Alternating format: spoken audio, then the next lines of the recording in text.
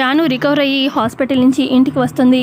ఇక అరవింద్ అత్తయ్య గారు ఇలా చెప్పారు, ఇలా అన్నారు అని చెప్పి మొత్తం అంతా తెలుసుకుంటుంది.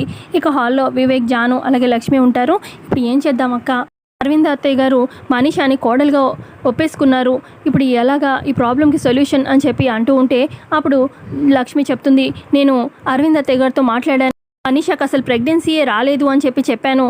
అయితే నాకు అరవింద్ అత్తయ్య గారు ఒక ఛాన్స్ ఇచ్చారు, ప్రూవ్ చేయమని చెప్పారు, మనీషా ప్రెగ్నెంట్ కాకపోతే ప్రూవ్ చెయ్యి, అప్పుడు చూద్దాము అని చెప్పి అన్నారు అని చెప్పి అనగానే అప్పుడు వివేక్ అంటాడు, ఏముంది మనీషాకి తెలియకుండా మనము ప్రెగ్నెన్సీ టెస్ట్ చేయించడమే అని చెప్పి అనగానే అప్పుడు జాను, అదంత ఈజీ కాదండి, మనిషికి తెలియకుండా ప్రెగ్నెన్సీ టెస్ట్ ఎలా చేస్తాము అని చెప్పి అనగానే అప్పుడు వివేక్ అంటాడు, హెచ్సిజీ టెస్ట్ అని ఒకటి ఉంది, అది బ్లడ్ టెస్ట్ 3 hours రిపోర్ట్ వచ్చేస్తుంది, చాలా ప్రాపర్గా అక్యురేట్గా వచ్చేస్తుంది. మనం గనక ఎలాగోలాగా మనీషా బ్లడ్ కలెక్ట్ చేసి మనము బ్లడ్ టెస్ట్ చేయించామంటే ఇక డెఫినెట్గా మనకి ఆధారాలతో సహా దొరికిపోతుంది. ఈ రకంగా చేద్దాం వదిన అని చెప్పి వివేక్ ఐడియా ఇస్తుంటే అవును కదా అన్నట్టుగా లక్ష్మి కూడా జాను కూడా ఆలోచిస్తూ ఉంటారు. మరి మనీషాకి నిజంగానే హెచ్సిజీ టెస్ట్ చేయిస్తారా, ఎలా ఏంటనేది కమింగ్ ఎపిసోడ్లో తెలుసుకుందాం. వీడియో నచ్చితే ఖచ్చితంగా లైక్ చేయండి. Thanks for watching.